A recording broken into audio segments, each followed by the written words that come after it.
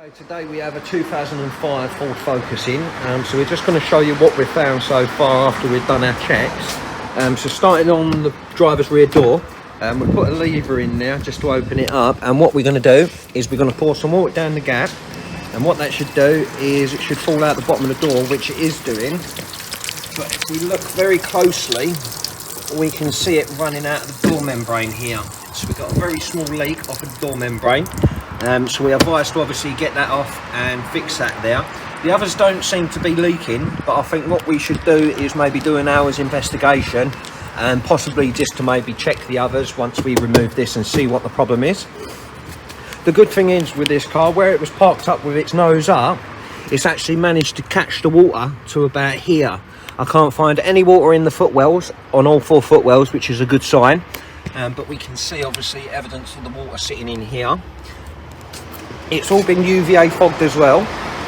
Coming round to the back now, so we can see how much water's in the boot, and we can obviously see all the run marks here. Now what we got is we've got a camera down here, and what we're going to look at first of all is the blanking tape, which they put on in the factory. So this is the blanking tape here, as you can see. So what we're going to do is we're going to pour some water down the back of this bumper, simulating this out in the rain.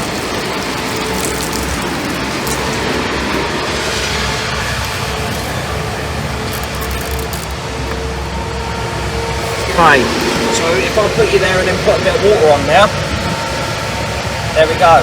So we can see the water's passing in through there. Not only that, if I pull it back a little bit, we've got this bit here. This is your support for the rear bumper.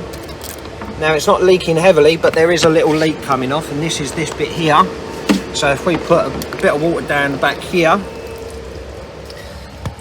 so we can see just on the end bit there's a little bit which is lit up around here and here. There we go. So that's got a slow leak on that there as well. Also, if I can get down into where the air vent is, and as we can see there's water on the inside of the air vent in the grills. So that's going to obviously show us that rear air vent is leaking as well. If I can just hold the camera in a spot so I can put some water on the back of it. Right, okay, so we see a little bit of a gush coming through the side there. So it's leaking obviously through this bit here, and then obviously it's falling into the box section. And it's doing the same on the other side with the blanking tape. Blanking tape's leaking and the air vent as well, but this support doesn't seem to be leaking. Rear lights are okay. So now we're going to move up onto the top gutter strips, which are the welded seams. So we can see there, if we look very closely, we can see that there is hairline fracture marks in the weld, and that little bit there is open. So what that would cause, it would cause water to run down on the inside and then exit through this little hole in here. Also, if we look at the anchor points, we can see obviously there's a fracture there. This isn't leaking yet, but obviously after time, after it flexes, it will open up. Same again with this anchor point. So we've got a tiny bit of obviously fracture here, which is obviously not leaking at the moment, but obviously it is going to start leaking obviously over time. Coming up to this side here, this side's a bit worse through wear, so we can see all the crack marks. If I go at an angle, we can see how much that's opened up. So the water's going to get in through here, travel down on the inside, just like before, and then it's going to make its way into the car. So what we're going to do is we're going to pour a bit of water up here, so it sits on the weld. And then what that should reveal is a tiny little puddle on the inside in that little square bit I just showed you. So we'll put loads of water in now, because it's got to have time to work its way down past obviously all of the vents, or the inner side of the car. Right, okay, so I don't know if you can see that, but we've got water there, but the water is running down just past that sill. So it's just running down here and then collecting in this spot here. So we've got multiple leaks on the back here. So hopefully, obviously, once we obviously get it all clean, get it all fixed and get it all dried, we recommend a overnight dry, so we can dry obviously all inside the box sections, because obviously the water's been running down. Okay, lovely. So there's a couple of things this can cause. So one, we've got rust. Two, it can obviously get electricals damp, i.e. this little box here.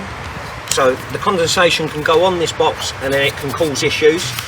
Also, it can give a smell, so a mouldy, dirty water smell, as well as it will give you condensation on the inside. And that's why we have to make sure that we put our super dryer in there, so it's all nice and bone dry before it goes back. And there we go, that's everything we've found so far. And just to note as well, if we look at this rear bumper, we can see that the rear bumper's not aligned properly.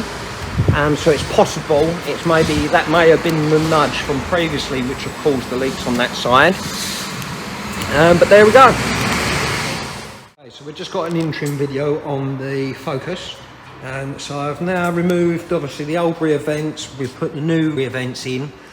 We've obviously blanked off the blanking plug as well on both sides. This is where the bumper strut goes on, so obviously we've got our copper grease on there. I also noticed a tiny fracture across here while I was obviously sealing these bits up here, so I've run a bit of sealant across there.